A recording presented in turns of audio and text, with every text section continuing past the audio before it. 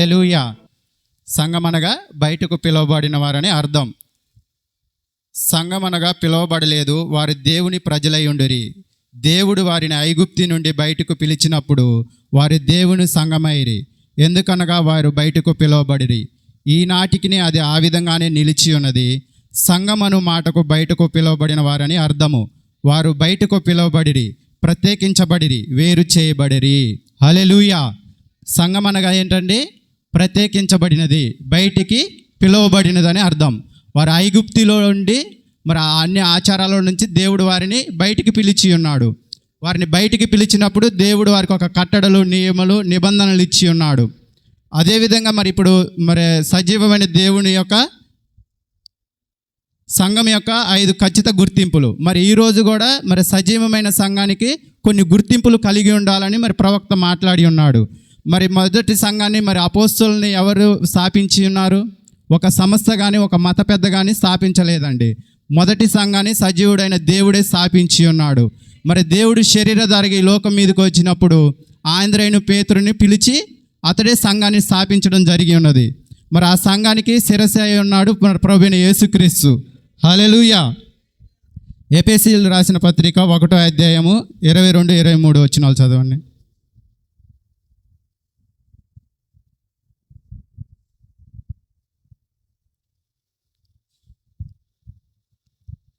హల్లెలూయా.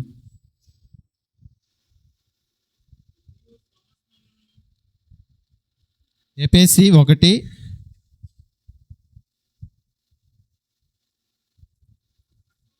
హల్లెలూయా చదవండి బ్రదర్. హల్లెలూయా. హల్లెలూయా. సంఘం అనగా ఎవరండి? ప్రభు యొక్క శరీరమై ఉన్నాము. దానికి శిరస్సు ప్రభు అయి ఉన్నాడు అనమాట. హల్లెలూయా. మరి ఇప్పుడు మన శరీరానికి శిరస్సే మరి తల అయి ఉన్నది. మరి ఈ శరీరాన్ని మొత్తాన్ని కంట్రోల్ చేసేది ఎవరు? మన తల అయి ఉన్నది. ఇప్పుడు సంఘాన్ని కూడా కంట్రోల్ చేసేది ఎవరంటే ఒక సంస్థ కాదు, ఒక మత పెద్ద కాదు, కానీ ప్రభువైన యేసుక్రీస్తే ఈ సంఘాన్ని ఏలువాడుగా ఉన్నాడు. ఆయనే శిరస్సుగా ఉన్నాడు. హల్లెలూయా. మరి ఆ శిరస్సుగా ఉన్న ఆయన మొదటి సంఘానికి మరి వర్తమానాన్ని ఇచ్చాడు, మనం దాన్ని చూద్దాం. హల్లెలూయా. మత్తయి సువార్త 28వ అధ్యాయం 19-20 వచనం చదువు.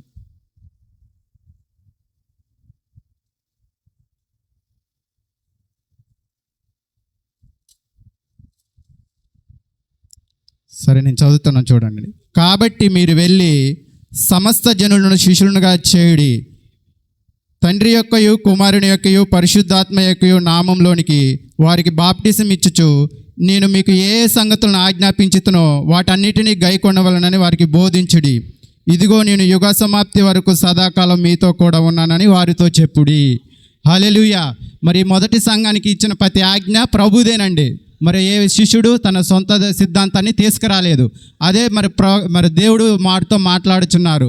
మీరు ముందుగా సంఘాన్ని తయారు చేయాలంటే మీకు ఏ కట్టడలను విధులను మీకు ఇచ్చి ఉన్నానో దాని ద్వారానే మీరు సంఘాన్ని తయారు చేయమంటున్నాడు. సొంత సిద్ధాంతాలతోటి తయారు చేయొద్దు అంటున్నాడు. మరి పంపిస్తూ ఆయన వారిని ఒక్కరినే పంపించలేదు, కానీ మీతో కూడా నేను తోడుగా ఉంటానంటున్నాడు. హల్లెలూయా. మరి ఇజ్రాయెల్ ప్రజలను కూడా ఐగుప్తులో నుంచి బయటికి పిలిచినప్పుడు వారిని విడవలేదు, కానీ ప్రవక్తనిచ్చి ప్రవక్తతో పాటు ముందుగా ఆయన నడిచి ఉన్నాడు. మరి అదేవిధంగా అపోస్తులతో కూడా మరి దేవుడు మరి వారితో పాటు నడిచి ఉన్నాడు. హల్లెలూయా. మరి వారికి ఇచ్చిన సువార్త ఏందో మనం చూద్దాం. మార్కు సువార్త 16:16.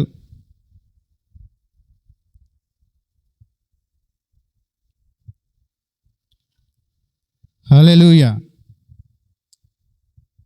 చదవండి. హల్లెలూయా. హల్లెలూయా. నమ్మి బాప్తిసం పొందినవాడు రక్షింపబడును, నమ్మని వానికి శిక్ష విధించబడును. అది ఇప్పుడు ఈ అపోస్తుల బోధన ఎవరైతే నమ్మి చేర్చుకొని బాప్తిసం పొందుతారో వారికే రక్షణ అంటండి. నమ్మే బాప్తిసం పొందకపోతే వారికి రక్షణ లేదు. హల్లెలూయా. మరి ఏ విధంగా బాప్తిసం పొందాలి? హల్లెలూయా. అపోస్తుల కార్యం 2:38. హల్లెలూయా. హల్లెలూయా.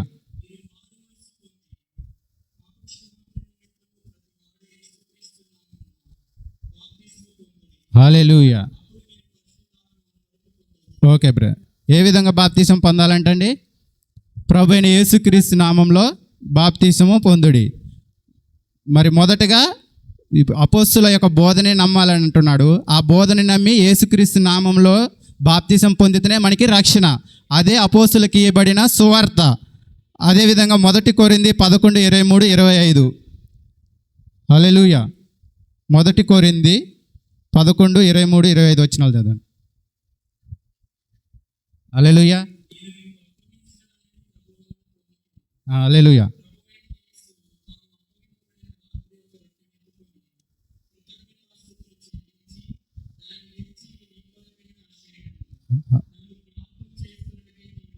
హల్లెలూయా. ఇది ప్రభురాత్రి భోజనం గురించి మనందరికీ ఈ లేఖనము చాలా తెలుసండి. మరి దీని గురించి మనం వివరించాల్సిన అవసరం లేదు. మరి ప్రభురాత్రి భోజనం అనేది కూడా ఎప్పుడు చేయాలండి? అపోస్తుల ప్రకారం మరి రాత్రిపూట చేయాలి. మరి ఇప్పుడు సంఘాలన్నీ ఏం చేస్తున్నాయి? పగులు చేస్తున్నాయి. మరి నిజమైన సంఘం ఏదైతే లక్షణాలను కలిగి ఉన్నదో మనం ఈరోజు కనిపెట్టవలసి ఉన్నది. మరి నిజమైన సంఘమేమో బాప్తిసమేమో యేసుక్రీస్తు నామంలో ఇచ్చి ఉన్నారు. మరి ఈరోజు ఉన్న సంఘాలేమో తండ్రి, కుమార, పరిశుద్ధాత్మ నామంలో ఇస్తున్నాయి. నామం కాదు కానీ అది నామంగా వారు బిరుదుల్ని నామం అని చెప్పి అందులో ఇస్తున్నారు. మరి ప్రభురాత్రి భోజనమేమో అపోస్తులు మరి నైట్ పూట చేసి ఉన్నారు. మరి లేఖనం కూడా ఆ విధంగా సెలవిస్తుంది. పౌలు గారు ఆ విధంగా రాత్రిపూట ఇవ్వడం జరిగింది. కానీ మరి ఈరోజు సంఘ శాఖలు మాత్రము దాన్ని పూర్తిగా తప్పిదోవ పట్టించినాయి. హల్లెలూయా. అదేవిధంగా యోహాను సువార్త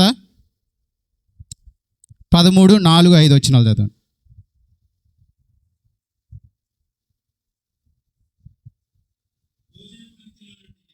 హల్లెలూయా. హల్లెలూయా.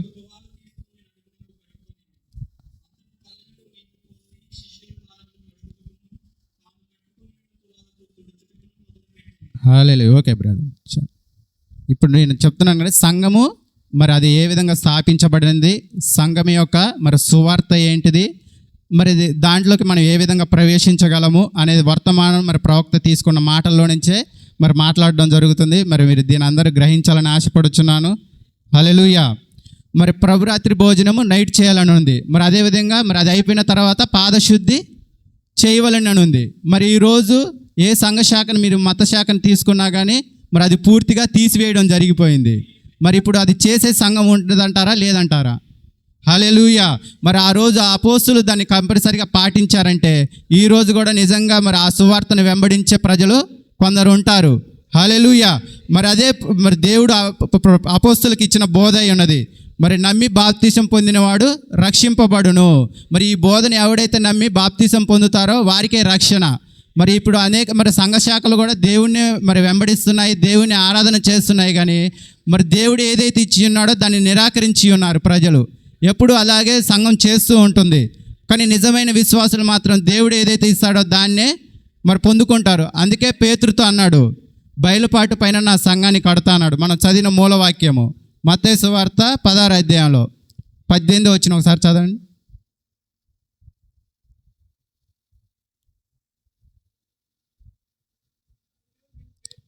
హల్లెలూయా. హల్లెలూయా. మరియు పేతురు హల్లెలూయా బండ అనగా ప్రత్యక్షత పైనే సంఘం కట్టబడి ఉండాలి. మరి ఈరోజు ప్రతి వారు సంఘాన్ని కడుతున్నారు. కానీ మరి పేతురు ఏ విధంగా అయితే దేవుడు సెలవిచ్చి ఉన్నాడో ఆ ప్రత్యక్షత పైనే సంఘం కట్టబడి ఉండాలి. కానీ మరి ఈరోజు నానా సిద్ధాంతములపైన ఆచారాలపైన సంఘాలు కట్టబడుతున్నాయి. మరి అపోస్తుల బోధనే మరి దేవుడే అంటున్నాడు ఆ సంఘం ఎక్కడ కట్టబడి ఉన్నది? ప్రత్యక్షత పైన కట్టబడి ఉన్నది. మరి ఈరోజు మనం కూడా అలాంటి ప్రత్యక్షతలో కట్టబడిన సంఘంలోనికి దేవుడు నడిపించినందుకు మనం ఎంతో ధన్యులమై ఉన్నాము. హల్లెలూయా. మరి సంఘం యొక్క సభ్యులం ఏ విధంగా అవుతామంటే మరి యేసుక్రీస్తు ఒక్కడే ప్రభు అయి ఉన్నాడు. మరి ఆయన శరీరంలోనికి ఆయన మరణంలోనికి మనం పాలిభాగస్థులం అయినప్పుడే ఆయన శరీరంలో మనం పాలిభాగస్థులం అవుతామని వాక్యం సెలవిస్తున్నది. హల్లెలూయా. మరి ఒకటే శరీరము, అదే ప్రభు అయిన యేసుక్రీస్తు శరీరము మన కొరకు మరణించి ఉన్నది. హల్లెలూయా. మరి బాప్తిసంలోనికి మనం ఎప్పుడైతే పొందుతామో అప్పుడు ఆయన మరణంలో మనం పాలువారు అయినప్పుడు ఆయన శరీరంలో మనం భాగం అవుతాము. అప్పుడే ఆ నిజమైన సంఘంలోకి మనం చేర్చబడతాము. హల్లెలూయా.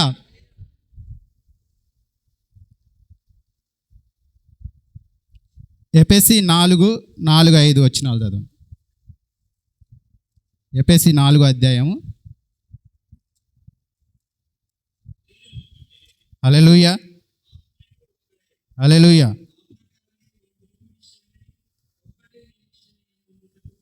హల్లెలూయా. ఇప్పుడు మనం దేని యందు నిరీక్షణ ఉంచి ఉన్నామండి? ఒక్క విశ్వాసం అందే నిరీక్షణ ఉంచుటకు పిలువబడి ఉన్నాము. మరి అదేదో కాదు కానీ అపోస్తుల బోధ అయి ఉన్నది.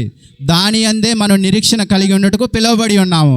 మనం ఏ సిద్ధాంతములను మరి కట్టడానికి మనం నిరీక్షణ కలిగి లేము, కానీ మరి అపోస్తుల బోధల యొక్క సువార్త నిమిత్తమే మనం పిలువబడి ఉన్నాము. హల్లెలూయా. దానికి శిరస్సు క్రీస్తు అయి ఉన్నాడు.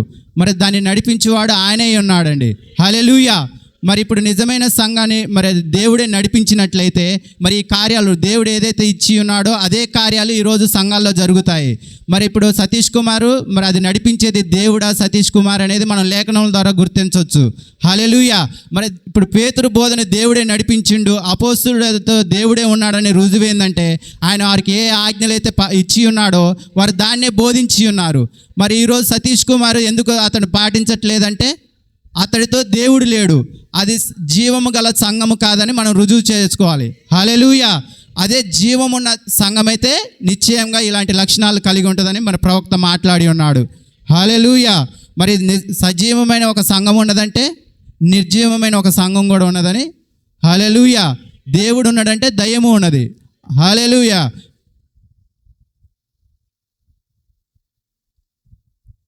ఆదికాండము 2వ అధ్యాయము 23వ వచనం చదవండి.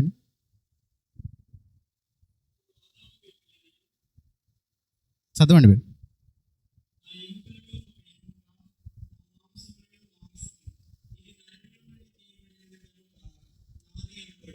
హల్లెలూయా. ఏమన్నా అర్థమైందండి? హల్లెలూయా. ఇక్కడ ఆదాము క్రీస్తుకు సాదృశ్యంగా ఉన్నాడండి. మరి ఆదాములో నుంచి ఏ విధంగా అవ్వ తీయబడిందో మరి మాట్లాడుతున్నది వాక్యం. ఒకసారి చదవండి. Hallelujah, hallelujah.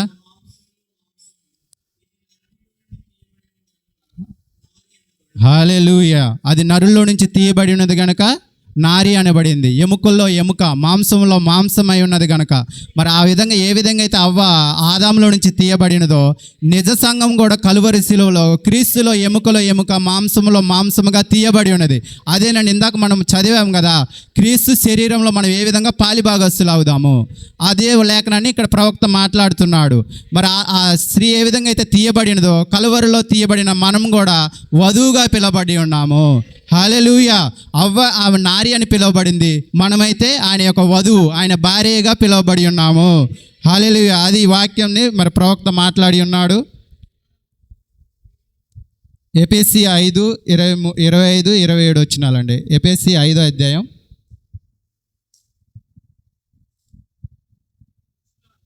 హల్లెలూయా.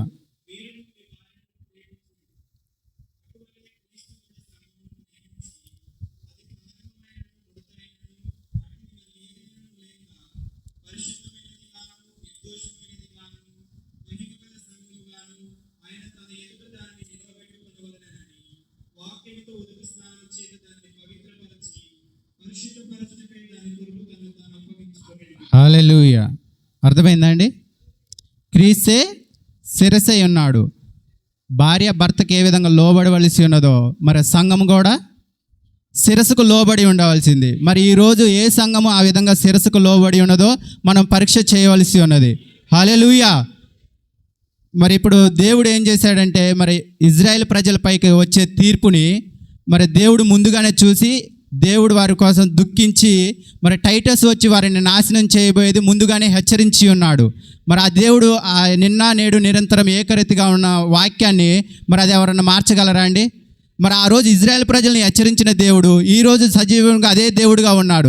మరి ఈరోజు సమస్తలు సిద్ధాంతములు వచ్చి మరి సంఘాన్ని ఏ విధంగా నాశనం చేయబోతాయో మరి దేవుడు ముందుగానే చూసి హెచ్చరించడం జరిగి ఉన్నది. మరి మీ మధ్యలోకి కూడమైన తొడేళ్ళు వస్తాయన్నాడు, అబద్ధ బోధకులు వస్తారన్నాడు. మరి అదే దేవుడు ఇంకా నిశ్చయంగా ఉన్నాడు. ఆ రోజు ఇజ్రాయెల్ ప్రజలను ఏ విధంగా అయితే హెచ్చరించి మరి తప్పించుకున్నట్టుకు ముందుగానే వారికి ఒక మరి మార్గం సిద్ధపరిచి ఉన్నాడు. మరి అది ఏ విధంగా వస్తుంది, ఏ విధంగా తప్పించుకోవాలో కూడా చెప్పాడు. మరి కొండపైన ఉన్నవాడు కొండపై నుంచి అటే పారిపోవాలని కానీ పట్టణంలోనికి వెళ్ళకూడదు అన్నాడు. మరి ఈరోజు సంఘం యొక్క సిద్ధాంతాల గురించి కూడా మరి వివరించడం జరిగి ఉన్నది. మరి ఆ దేవుడు ఏ విధంగా అప్పుడు హెచ్చరించిన దేవుడు ఈరోజు కూడా అదే హెచ్చరించే దేవుడై ఉన్నాడు. మరి ప్రకటన గ్రంథం 2వ అధ్యాయం 15వ వచనం చూడండి.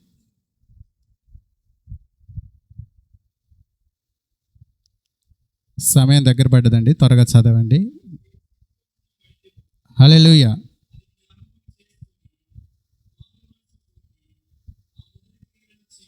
హల్లెలూయా. అర్థమైందండి? ఇప్పుడు ప్రతి సంఘం ఏం చేయాలండి? మారు మనసు పొందాలి. మరి ఇప్పుడు ఆ మొదట క్రియ ఏంది? అపోస్తులు చేసిన ఆ మార్గం దగ్గరికి ఇప్పుడు ఉన్న ప్రతి సంఘాలు, ప్రతి డినామినేషన్ అక్కడికి రావాల్సి ఉన్నదని వాక్యం సెలవిస్తున్నది. మరి మనం కూడా అలాగ ఉన్నాం, కానీ దేవుడు మన కృపచేత మనం పట్టుకోవడం ద్వారా ఈ మారు మనసు పొంది ఈ అపోస్తుల బోధ ఎద్దకు రాగలిగాము. హల్లెలూయా. మరి నికోలైతుల బోధలు మీలో ఉన్నాయని మరి అదే ప్రకటన గ్రంథంలో చెప్పడం జరుగుతున్నది. ఆ దేవుడు ఆ క్రియలని ఆయన అసహించుకుంటున్నాడు. మరి ఈరోజు కూడా సంఘశాఖల్ని మనం ద్వేషించట్లేదు, కానీ వారిని మనం ప్రేమిస్తున్నాం, కానీ వారిలో ఉన్న సిద్ధాంతాలని, ఆచారాలని, వాక్య విరుద్ధమైన దాన్ని మనము ద్వేషించడం జరుగుతున్నది. ప్రభు కూడా అదే సెలవిస్తున్నాడు. అలాంటి క్రియలనే ఆయన ద్వేషించువాడై ఉన్నాడు. ఈరోజు మనం వారిని ప్రేమించి ఈ వర్తమానం అందిస్తున్నాం, కానీ వారు చూడలేని గుడ్డివారిగా ఉంటున్నాడు. కానీ మన ప్రయాస వల్ల కాదు, కానీ దేవుని కృప వల్లనే అది జరుగునని వాక్యం సెలవిస్తున్నది. హల్లెలూయా. ప్రకటన గ్రంథం 10వ అధ్యాయం 1వ వచనం.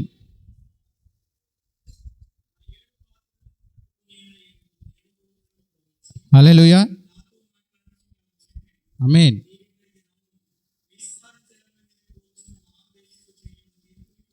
హల్లెలూయా. అర్థమైందా అండి? మరి దేవుడు మళ్ళీ హెచ్చరిస్తున్నాడు.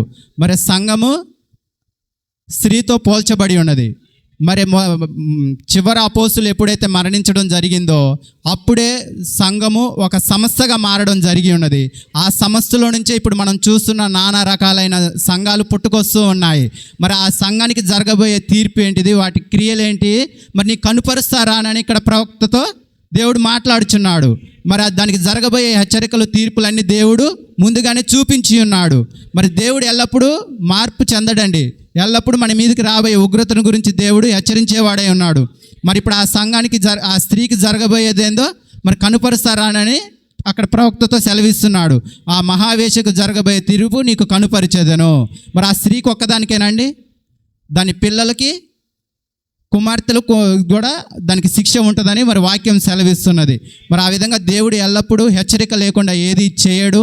మరి దేవుడు మొదటగా ఏదైతే ఇచ్చి ఉన్నాడో మరి దాని ప్రకారమే నడవలసి ఉన్నది. మనం అపోస్తులకి ఇచ్చినది ఆయనే ఉన్నాడు. అందుకే అన్నాడు, నేను మీకు ఏదైతే బోధించి ఉన్నానో మరి పరిశుద్ధాత్మ మీ మీదకి వచ్చినప్పుడు నాలో నుంచే కానీ మీకు కొత్తగా ఏది బోధించడని చెప్పాడు.